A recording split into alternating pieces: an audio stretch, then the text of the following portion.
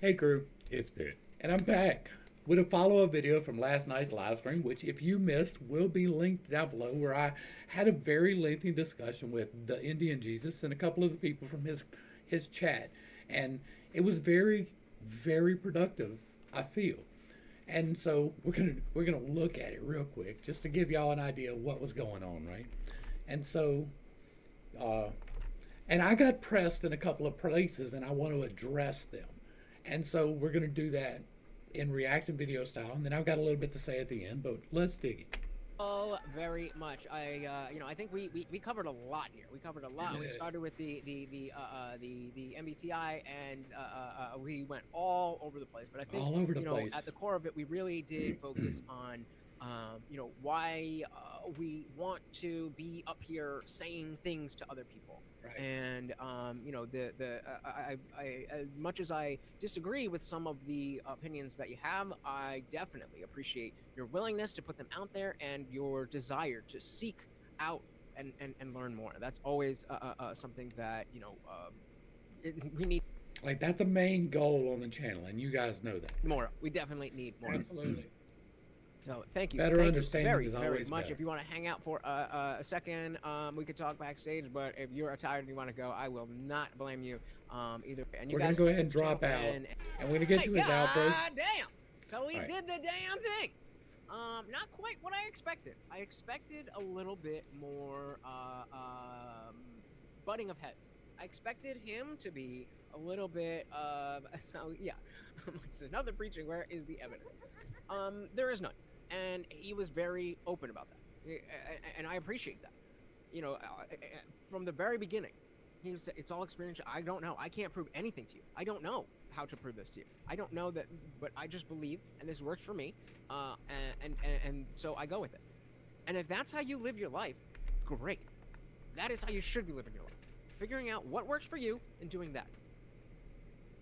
By him not being in the political realm, it stops becoming my problem. It's And see that is an intentional choice, right? If you go back to my beginning videos, which most people don't do, and I don't hold that against them. It's a lot of videos. It's hard to go back through. I started off political, right? We didn't get into background in the way that we could have, but we had a lot of content to get through, and it went really well. But when I started, I really was trying to lean into the political side of things, and it was not productive. I didn't feel like I was achieving any benefit to society by leaning into the politics side of it. I wanted to focus more on taking control of myself because I'm self, and to develop myself and then those around me so that we could be stronger as a community, because I was firmly convinced that after 2020 everything was going to fall apart, right? I'm not entirely convinced that it won't going forward, and I want to be as prepared as possible and as healthy and be surrounded by as many healthy people as possible. And I found it not beneficial to get into politics for that reason.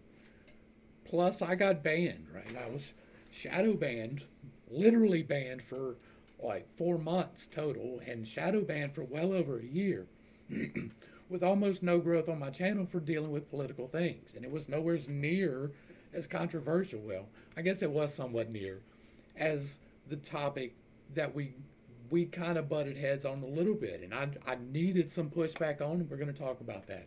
But uh, a lot of that's got to do with my stack and my focus and deliberately choosing the non-political route, because I feel like it's more productive if I can be a light, standing as close to the middle as I can morally accept, and to show other people that the way that I live is beneficial enough that you might find some value in it too, right? That is like literally my whole point in doing the things that I do is to be that point that people can say, hey, that guy's not completely crazy, even though he believes some really crazy things.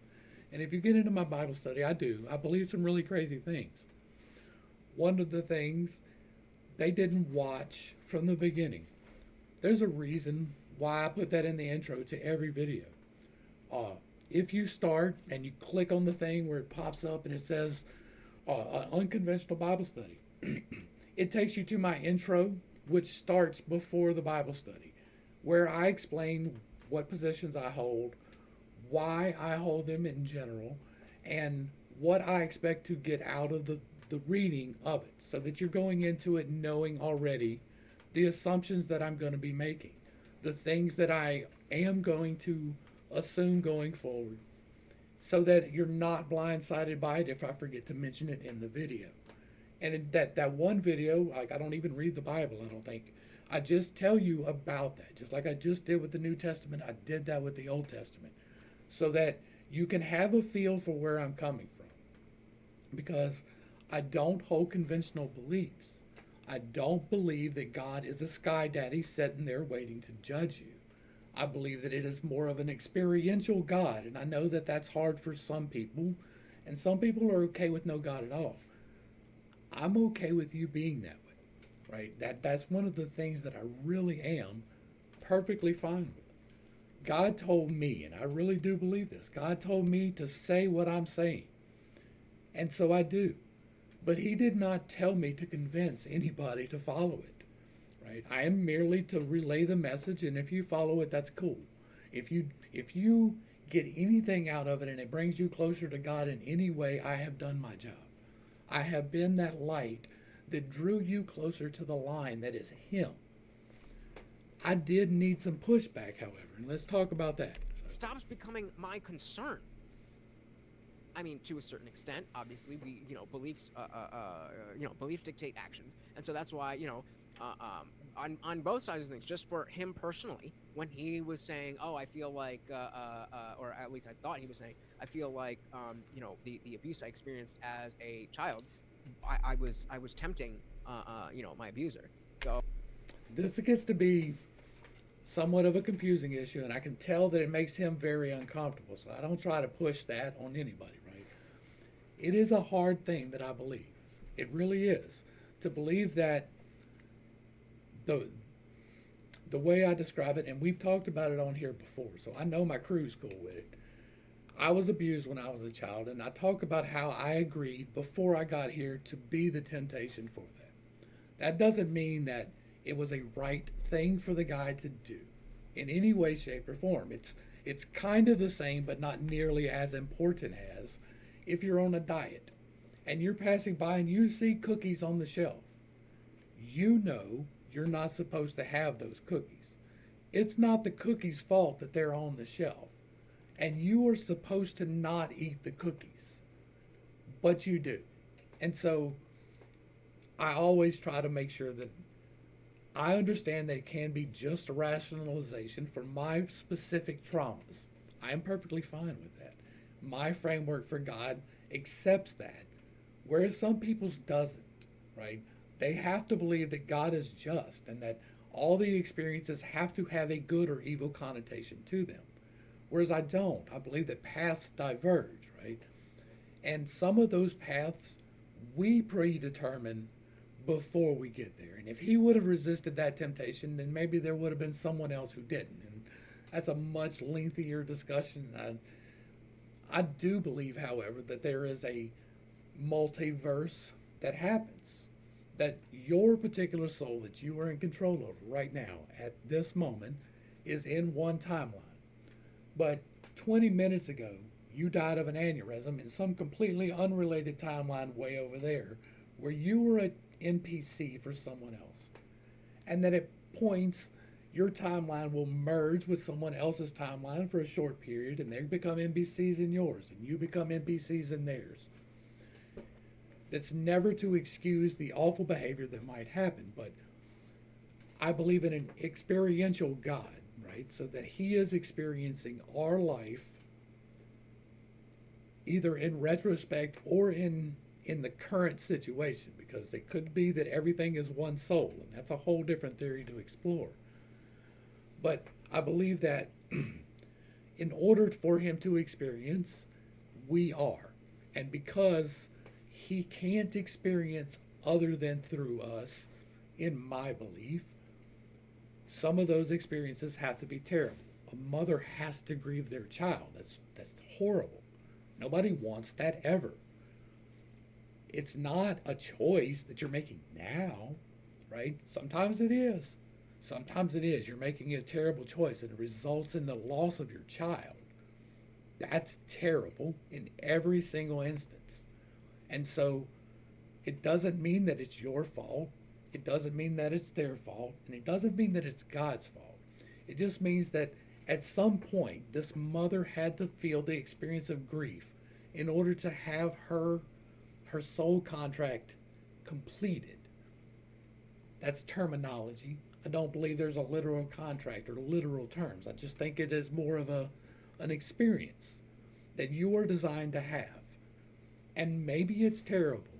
Nobody asked to be in a gas chamber. Nobody asked to be burned at a stake.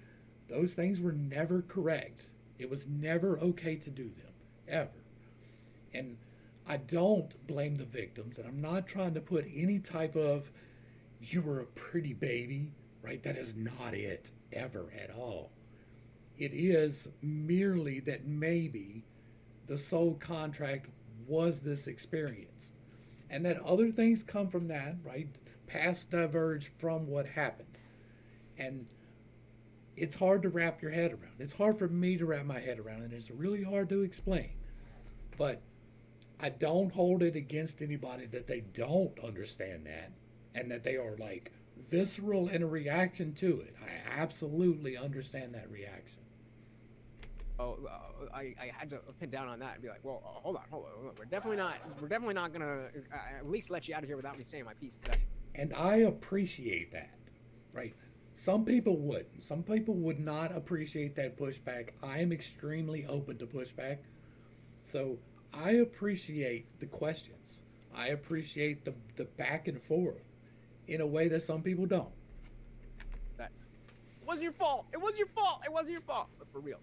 It was, and I get that. But then trust also, me. I spent a lot of we're time saying, okay, if you believe that it's a moral imperative for you to stop the man that you see running towards a child with a knife to kill it, why then is it not the moral imperative to at least speak out about abortion? And that's another one that I very much needed some pushback on, and I'm very much appreciative that I got it from a couple of sources. It's a tough one, right? And I have decided that I do really need to take a firmer stance, but I'm not sure exactly how that will play out, right? It is a fresh idea, and that's a hard one for me, and we're going to talk about that too here in just a second. Let me go ahead and pull that and get it ready. It's really hard for me to impose my morals on the tribe's ethics. I know that is me going into my own system so that I can explain something, and that's circular reasoning to a large degree, but there is a foundational reason why I use the system, because it worked for me in particular. And so I thought that maybe it would help some other people. It was never about making a system so that other people could use it. It was about me using it. And it was never about trying to become famous from it. It was about trying to get it out there to as many people as possible in order to help them help themselves. That is the whole goal of the system. And so we're going to be done with our friend Indian Jesus here. And we're going to look at me real quick, because this is something that we probably should have taken this to so that I could have really tied it in a little bit better. I am an INFJ. That does not mean that I'm some special unicorn and there's somebody out there that's like, oh my God, INFJ. That particular attitude pushed me towards developing this system because it is a fairly even distribution. It's probably more like a parietal distribution or like a bell curve, or there's probably some variation in it, but it is fairly common, right?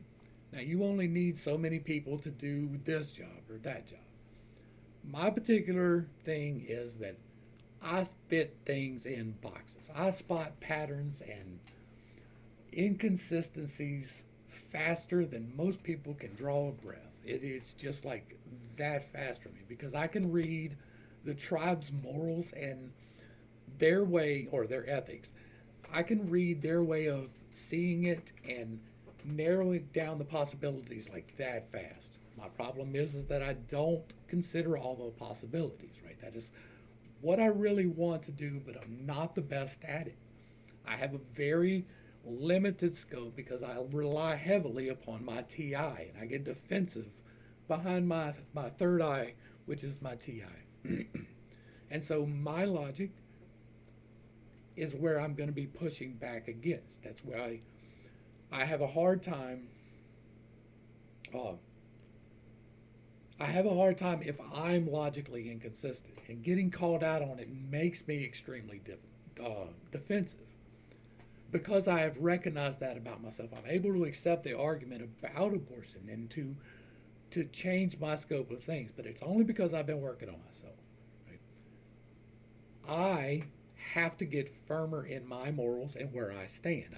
I told you about that in my INFJ video, that INFJs really have to work at defining their morals because that is what's going to feed us.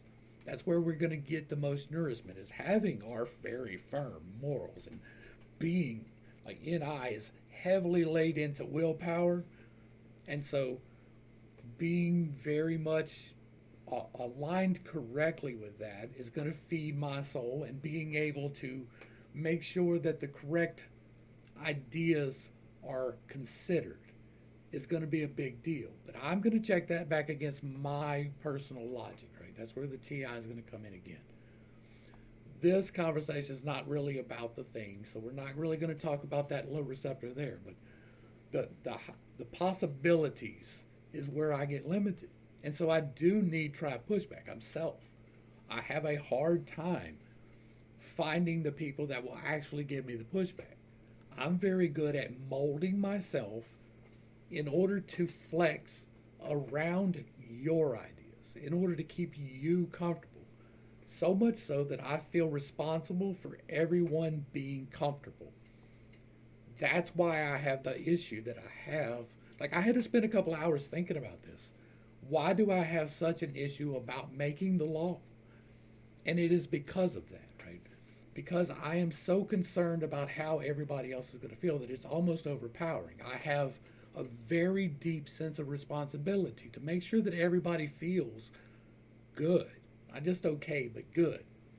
And it's worse for me because what tribe I have accepted now is as close to everybody as I can possibly make it, which means that if we are diametrically opposed on things, we can be. But if you are at least a little bit a human being, then I'm willing to work around you. And so I wanted to take the time to dive into my stack and talk about that, because this really is, right? Like, this is one of those things. I was pushing back against setting my morals on the tribe because the tribe's morals really is more important to me, or their ethics. Now, when I was younger, those tribe ethics were not the correct ethics, and that's why I was with the other crowd, right? But now that I am getting healthier in my stack and I'm doing my organization tasks and I'm taking the time to get more people involved, that TE sacral, right? That's where the growth and the procreation, so to speak, happens. And so if I'm taking the time to be organized, which I am really trying, really trying, I'm terrible at it. So I can't quote stats to you. I can't never pull a Bible verse out. I read the Bible all the time. Can't pull Bible verses. It's an SI demon thing, and I'm working on it, but it's terrible. But the getting other people's thoughts is something that I don't do, and it is an unintentional, intentional thing, and it is something that I am actively working on correcting. And this video, if you go back and you watch it, I am doing that. I may not be expressing that, but I am actively seeking the other thoughts so that I can be sure that I have all the ideas before I fit that box together. I'm pretty comfortable with the box. I am comfortable with the law now. I'm not sure how going forward I would be able to incorporate that into what I already do, because I do try to be apolitical and be that light. But I do feel the responsibility, right? I do feel the responsibility to correct the tribe's morals or ethics. I keep saying it backwards. I don't know why. Maybe that's a Freudian thing, but I want to make sure that we all are operating off of a set that is for the greatest good of humanity, whether or not that includes a divinity. I am perfectly fine without that. I think he was expecting me to be more of a Bible thumper because if you just go through my Bible study, I'm reading a lot of it, right? There's not a whole lot of exposition in some of it. It's because the parts that are important, and the parts that aren't. But I want it all on record as much as possible so that nobody can make the argument that I didn't consider it, that you didn't think about this. If I find that it is relevant to the point I'm trying to make, I will pull it in there and we will talk about it extensively. I know that. It's me working on my informative. I feel like I've said what I needed to say here. I feel like this was a good, productive conversation.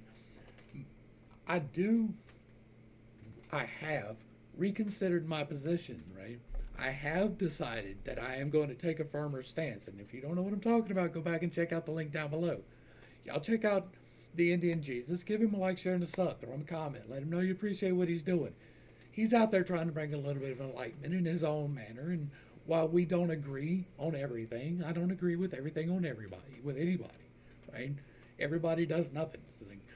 So I don't have to agree with you to like you. He's a good dude. He's trying to do his best, and he's trying to take care of his tribe, and I'm always down for that. He's trying to spread some more knowledge, and I'm always down for that. He's civil in his conversation, even when he disagrees with you. And God knows we need more of that. So y'all make sure y'all get back over there and show some love. Give him a like, share, and a sub. Throw him a comment. Let him know what's up. To the crew, thanks for hanging out. I appreciate every single minute that you are here with me, and I am praying for you every single day. Until next time, I love you. God loves you. You are perfect, whole, and complete just the way that you are. And this has been Pitt's Take. Peace.